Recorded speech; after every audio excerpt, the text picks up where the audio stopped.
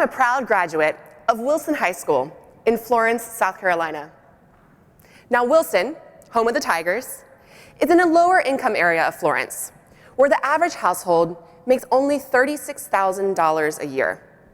But don't worry, despite the modest resources, we always made the best of it.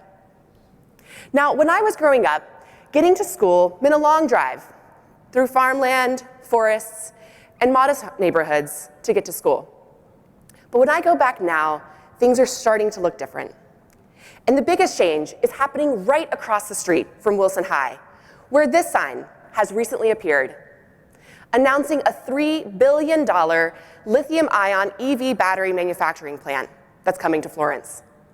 A plant that will bring 2,700 new jobs with an average wage of $65,000, nearly double the area's income today.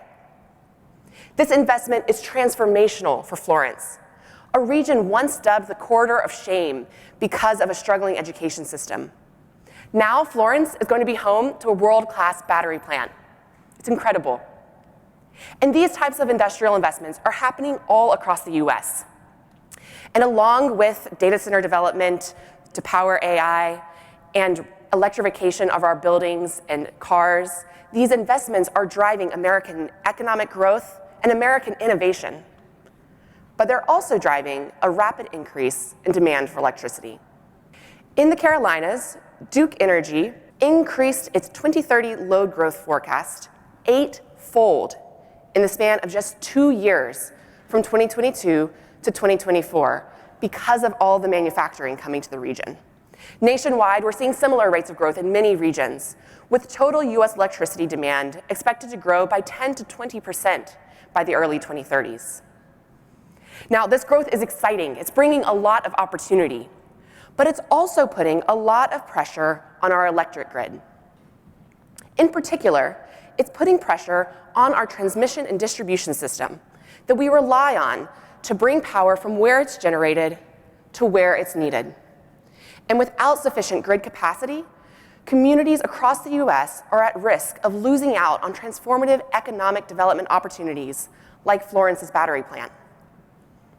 And I know for many of you in this room, whether you're deploying new generation, building a data center, deploying a new manufacturing site, grid capacity is starting to become a critical bottleneck to your investments.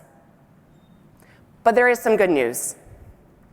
We have multiple advanced grid solutions available to us today that we could use to enhance our existing grid to help meet these near-term needs.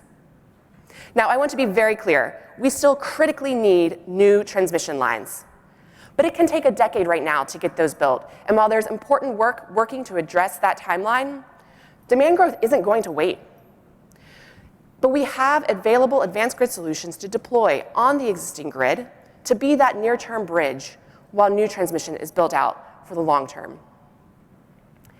Now, Patty Poppy and Roy Christian are about to join us on stage to talk about how they're deploying these types of innovative grid technologies in New York and California. But let me take a moment and tell you a little bit more about what these technologies are, why they matter, and how you can help us get to deployment at scale. So what kinds of technologies are we talking about? In the DOE's Innovative Grid Deployment Liftoff report, we looked at 20 advanced grid solutions that we could use to enhance the existing grid. 3 of the technologies that I'm particularly excited about include, first, advanced conductors. Many of the standard transmission conductors in use today use a technology that was developed a century ago. And many of these transmission lines, 30%, are operating at or near their useful life and will need to be replaced soon. But today, we have higher capacity, high performance advanced conductors that we can use to reconductor or replace existing transmission lines. These advanced conductors can help us double or more the capacity on our grid and improve energy efficiency, which means we don't have to wait years to get more transmission capacity out of our existing infrastructure. A second technology, dynamic line rating. Historically, we haven't had a way to have real-time visibility into how much power a transmission line could carry. So to be safe, industry used a typically conservative static estimate, a static rating, to determine how much power could be transmitted. But today, with dynamic line rating, we can have that real-time visibility to understand, based on environmental conditions, when it's safe to put more power through a transmission line, effectively helping us tap into capacity that's already on the system, but that we're not using today. A third technology is virtual power plants, VPPs. Historically, we have relied on transmitting power from big, bulk power generation facilities down to our homes and businesses.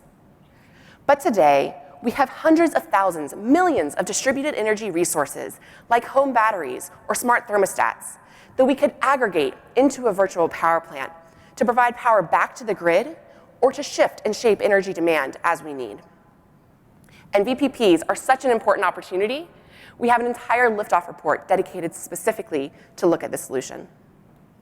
Now, these three technologies just offer a glimpse of what's possible, but they're part of a broader suite of 20 solutions that make up a toolbox that utilities can pull from to find the right tool to meet their own grid needs and objectives. Now, I could talk about these technologies for a long time, but I will save you the lecture, and let's cut to the chase. Why do we care about these solutions? Like I said, they can enhance grid capacity.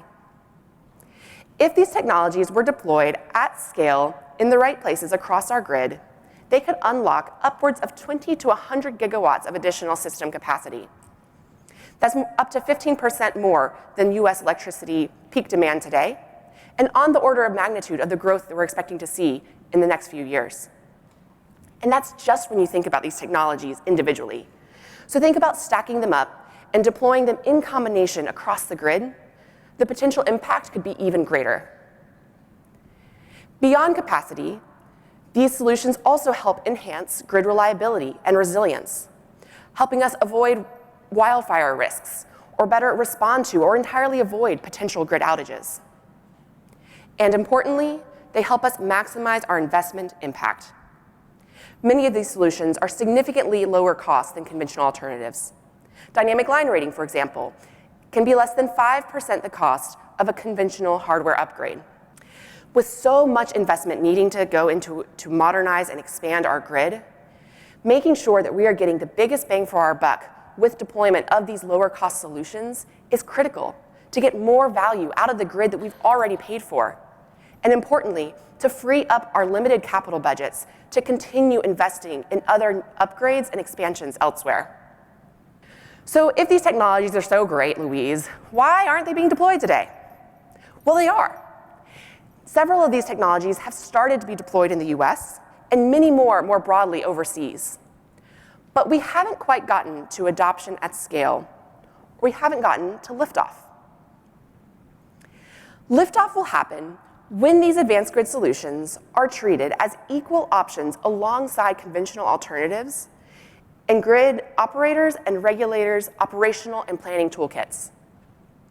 We have to be considering the full option set to make sure that we are making the most cost-efficient and effective investment decision for our grid. Getting to liftoff is going to take 6 to 12 large in-field operational deployments for each of these technologies in a diverse set of utility contexts, so that we have a cadre of first movers that can enable many more fast followers. But it's not enough just to deploy the technologies. In these deployments, we need to simultaneously address 4 liftoff priorities to address the challenges holding these solutions back and to de-risk adoption at scale. Those priorities include, first, building and transparently sharing the bank of industry evidence for these technologies' value proposition, so that utilities and regulators understand what these solutions are and the value they can bring to their operations. Second, developing implementation and operational know-how, so that utilities and their workforce know how to procure, install, and operate these tools in the field. Third, refining planning and investment case approaches, so that these solutions are integrated into system planning from the get-go, and that we are fairly and comprehensively valuing their benefits and costs to make efficient investment decisions. And fourth, aligning economic models and incentive structures so that utilities and regulators understand how these solutions will be paid for and what their potential returns can be. And when we tackle all 4 of these liftoff priorities, we can build repeatable, scalable deployment models to get to liftoff within 3 to 5 years. We know demand is coming. We know it takes 10 years to build a new transmission line. But we know that we have multiple advanced grid solutions available to us that we can be using today to get more out of our existing grid. So what can you do? You can start evaluating these solutions when you have a grid hotspot, and then deploying these tools where it makes sense to do so to alleviate that grid constraint and meet your needs. And then sharing the outcomes transparently to catalyze broader industry adoption and to help us achieve liftoff. It will take all of us in this room to get to liftoff for advanced grid solutions. But when we get there together, we will have a grid that is able to support continued transformative economic development projects, like that battery plant coming to my hometown.